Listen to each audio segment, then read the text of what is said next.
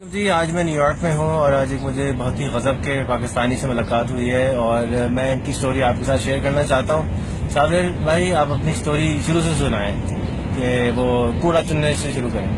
Thank you so مچ ریان بھائی۔ میرے بچپن کا آغاز کوڑا چننے سے ہوا تھا، جیسے میں نے آپ کو پہلے بتایا۔ میں پاکستان میں جو جھونپڑی میں لوگ رہتے ہیں انہی میں سے ایک ہوں، اور میرے ابو گدا گاڑی چلاتے ہیں اور میری امی گھروں میں ماسی کے طور پہ کام کرتی ہے۔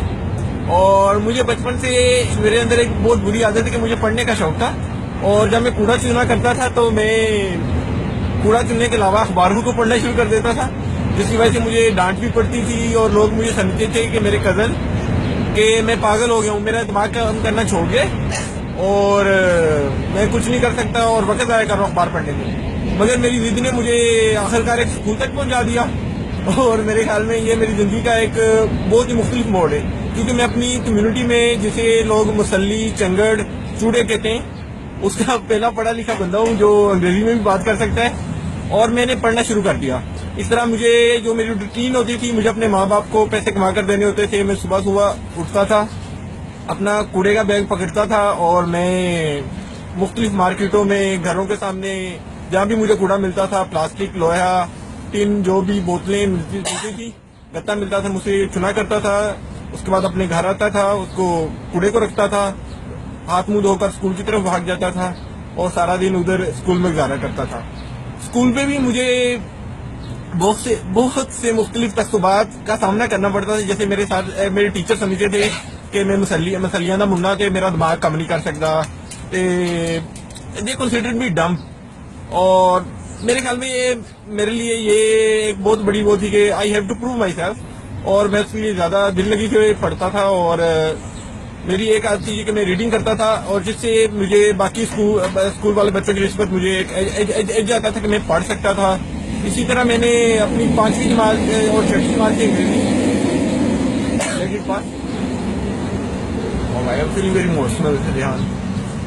اسی طرح میں نے 5ویں اور 6ٹھی جماعت میں اپنی انگریزی پڑھنا شروع کیا، اور میرے لیے انگریزی سیکھنا ایک بہت ہی مختلف تجربہ تھا۔ جیسا کہ انگریزی میں بڑے حروف ہوتے ہیں، کیپٹل لیٹرز ہوتے ہیں اور اسمال لیٹرز ہوتے ہیں، اور مجھے بالکل یہ سینس نہیں ہوتی تھی کہ اگر ہمارے پاس بڑے حروف ہے تو میں اسمال لیٹرز کو یوز کرنے کی کیا ضرورت ہے۔ اس نے میرا بہت اچھا خاصا وقت لیا، مگر مجھے پہلی دفعہ جب انگریزی سے انٹروڈکشن ہوا تو مجھے احساس ہوا کہ پاکستان میں جن لوگوں کو انگریزی بولنا آتا ہے ان کو لوگ مختلف انداز میں ٹریٹ کرتے ہیں۔ تو یہ بھی میرے لیے ایک بڑا، مجھے بچپن سے اس بات کی ریلائز ہو گیا کہ اگر میں انگلش سیکھ سکتا ہوں تو سوسائٹی مجھے مختلف انداز میں ٹریٹ کرنا شروع کر دے گی۔ اسی طرح میں نے انگریزی سیکھنا شروع کیا، اور میں نے اپنی 2 نوٹ بکس صرف یہی لکھنے میں کر دی۔ مجھے لگتا تھا کہ جو بھی بندہ میرا انٹروڈکشن جوائننگ رائٹنگ سے ہوا تھا، اور مجھے بڑی عجیب لگتی تھی کہ ریحان صاحب جب آپ جوائننگ رائٹنگ لکھتے تو وہ ایسے لکھا ہوتا ہے کہ کسی نے یہ ایسے لکھ دیا ہے۔ تو میرے لیے یہ میں نے اپنی 2 نوٹ بکس اس لیے بھرتی کہ شاید میں انگریزی لکھ رہا ہوں۔ مجھے بہت بعد میں جب ٹیچر سے تھپڑ پڑے کہ آپ نے 2 اپنی کاپیاں ضائع کر دی ہیں، تو مجھے انداز ہوا کہ یہ انگریزی ایسے لکھی جاتی۔ خیر میں نے انگریزی سیکھی، میں نے بڑی شدت سے انگریزی سیکھی، میں نے ٹینسز سیکھے، میں نے ایکٹیو پیسو وائس سیکھے، میں نے ڈائریکٹ انڈائریکٹ سیکھے، میں نے انالیسس کرنا سیکھا۔ میں نے ایک گرامر پڑھی جو انڈیا سے اس وقت ملا کرتی تھی، ہائی اسکول گرامر کمپوزیشن، اور اسے رینڈن مارٹن نے لکھا تھا، جو بہت ہی زبردست ہے۔ میں بچوں کو ابھی بھی ریکمینڈ کرتا ہوں ٹیوشن پڑھاتے ہوئے۔ تو اس طرح میرے انگریزی کا سفر جاری ہوا، اور میں 8ویں جماعت میں نے اپنے بورڈ کے پیپر دیے تو میں نے اپنی جماعت میں نے ٹاپ کیا۔ میں نے 674 نمبر لیے تھے 800 میں سے، اور مجھے پہلی دفعہ روٹری کلب نے 300 روپے کی اسکالرشپ دی، اور میں نے اپنی 9ویں 10ویں کی کتابیں اور یونیفارم خریدا۔ اس طرح میرا یہ سفر جاری رہا، مگر اب مجھے انگریزی پڑھنا لکھنا آ گیا تو اس کا سب سے بڑا فائدہ یہ ہوا کہ میں اپنے ساتھ جو میرے ساتھ کلاس فیلوز تھے انہیں ٹیوشن پڑھانا شروع ہو گیا۔ میں ان کے گھروں میں جانے لگ پڑا۔ میں نے صبح کوڑا چننے کی بجائے صبح گھروں میں اخبار پھینکنے شروع کر دیے۔ جب میری امی کام کرتی تھی میں نے وہاں جا کر گاڑیاں صاف کرنا شروع کر دی۔ اب میں پانی بیچنے کے علاوہ گاڑیاں صاف کرنے کے شروع ہو گیا، یعنی جیسے جیسے میری یہ تعلیم ملتی تھی معاشرے کا رویہ بھی بدلتا گیا، مگر میرے اندر ایک وہ جو تڑپ تھی نا کہ مجھے پڑھنا ہے، وہ میرے اندر اور ہی مجھے پریشرائز کر رہی تھی کہ مجھے اور پڑھنا ہے۔ میں نے ساتھ ساتھ نہ صرف اپنی اسکول کی کتابوں کے علاوہ میں نے رشین لٹریچر پڑھنا شروع کر دیا، میں نے جو بھی مجھے ملتا تھا وہ پڑھنا شروع کر دیا۔ میں اس میں ایک بچپن کا واقعہ کوٹ کرنا چاہتا ہوں کہ جب میں 7ویں جماعت میں پڑھتا تھا تو مجھے ابھی تک یاد ہے کہ میری امی گھروں اپنے سر پہ ایک بہت بڑی کتابوں کا دستہ لیے ہوئے آئی، کیونکہ پاکستان میں جو لوگ بیکن ہاؤس میں یا لاہور گرامر اسکول میں پڑھتے ہیں ان کی کتابیں بالکل مختلف تھیں۔ تو مجھے وہ آج بھی وہ میری زندگی کا بہترین لمحہ ہے کہ میں نے دیکھا میری امی نے گٹھڑی کتابوں کے نیچے رکھی اور میں نے اس میں دیکھا تو اس میں سے ایک ناول تھا جسے میں بھی ریحان صاحب کو بتا رہا تھا کہ میرے لیے وہ دنیا کا مقدس ترین کتاب ہے.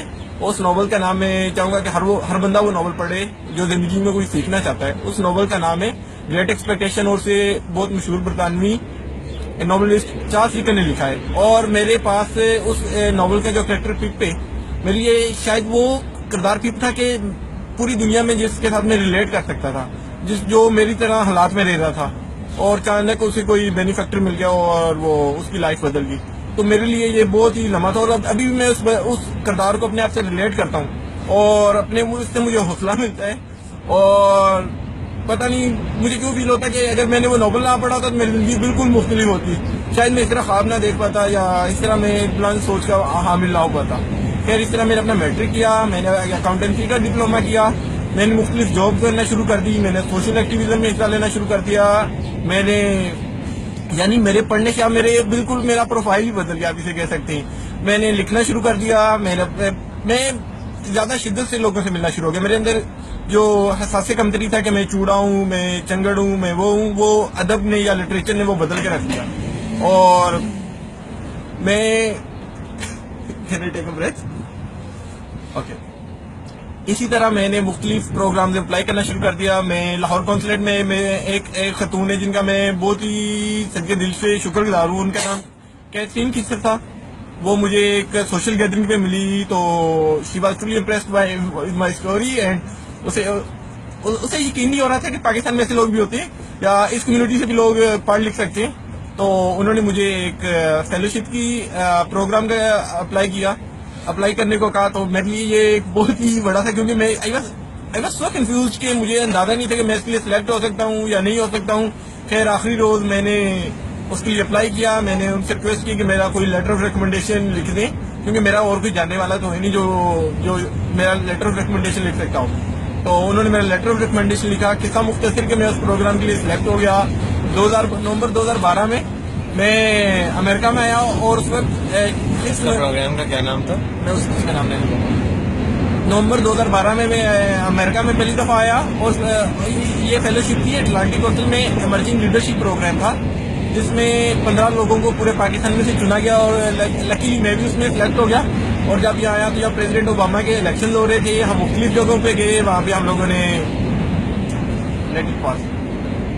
مختلف جگہوں پر الیکشن آبزرویشن کرنے کے لیے گئے. تو میرے لیے بہت ہی مختلف تجربہ تھا. جیسا کہ مجھے پہلی دفعہ اندازہ ہوا کہ جمہوریت کے اس ملک کو کیا فوائد ہیں, لوگ کتنے رسپانسیبل ہیں, ہر آدمی ووٹ کرنے جا رہا ہے اور ایک سسٹم نے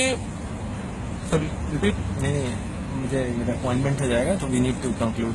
اوکے. تو میں اس طرح میرا یہ پہلا امریکہ کی میری وزٹ تھی. خیر میں اس وزٹ سے میرے لیے سیکھنے کے لیے بہت کچھ تھا اور اس وزٹ نے میری ہمت بندائی کہ میں مختلف اور کام کروں. جیسا کہ میں ابھی اپنے جھونپڑی میں اپنے سلمس کے یا جھونپڑیوں میں ابھی موبائل ٹوائلٹ بنا رہا ہوں کیونکہ میں نے بچپن میں اپنے دیکھا کہ ہمارے بہت سے رشتے دار یا دوسرے جھونپڑیوں والے صرف کولرا ہیزے سے اور ڈائریا سے اور ہیپاٹائٹس سے فوت ہو گئے. انہوں نے بالکل پتہ ہی نہیں تھا کیونکہ وہ زیادہ تر لوگ جو ہوتے ہیں وہ کھلی جگہ پہ ہی پیشاب اور پخانہ کر دیتے ہیں اور وہی پخانہ جو پیشاب ہوتا ہے وہ ان کے پینے کے پانی میں مل جاتا ہے اور جس سے بڑے بوڑھے بچے عورتیں جو ہوتی ہیں وہ بیمار ہو جاتے ہیں اور it's a truly life taking disease. They are just getting life taking disease through these impure water. اور میں ان کے لیے موبائل ٹوائلٹ قائم کروں گا اور میرا ارادہ ہے کہ میں اس موبائل ٹوائلٹس کو اس کے جو ہیومن ویسٹ ان کا ہوگا اس کو میں بایو گیس میں یا فرٹیلائزر میں بایو فرٹیلائزر میں کنورٹ کروں گا. نہ صرف ان کی یہ سینیٹیشن کی پرابلم حل ہوگی بلکہ ان کو تھوڑی سی اس سے اکنامک اسسٹنس یا بایو گیس اگر ملے گی تو ہم پروڈیوس کریں گے تو ان کی انرجی نیڈز بھی میٹ ہو سکتی ہیں. تھینک یو سو مچ ریحان صاحب. آپ ڈو اسکول میں کیا کریں؟ یہاں ڈو اسکول میں کیسے پہنچ سکتے ہیں؟ ڈو اسکول نے مختلف سوشل انٹرپرینور سے یہاں پہ آئیڈیا کمپٹیشن کرایا جو کہ نیو یارک سٹی میں میئر کا آفس ہے جو لانگ ٹرم پلاننگ اور سسٹینیبلٹی کا کام کرتا ہے. اس کے تھرو کیونکہ کام کرتی ہوں کہ نیو یارک سٹی میں تقریباً ہر روز 7 ملین کافی کپ ہوتے ہیں وہ سڑکوں پر پھینک دیے جاتے ہیں یا ڈسٹ بن میں پھینک دیے جاتے ہیں. اور نیو یارک سٹی کی جو بہت بڑا خرچہ ہے وہ اس کوڑے کو یا اس ریوزیبل کپس کو لینڈ فل میں بھیجنے میں خرچ ہو جاتا ہے. تو میں ان خوش قسمتی 18 لوگوں میں شامل ہوں جو اس سوشل وینچر کے لیے سلیکٹ ہوئے, اور میں یہاں 10 ہفتوں کے لیے ہوں. آج میرا 9واں ہفتہ شروع ہو چکا ہے اور اب مجھے نیو یارک کی سمجھ آنا شروع ہوگی اور اب میں واپس جا رہا ہوں.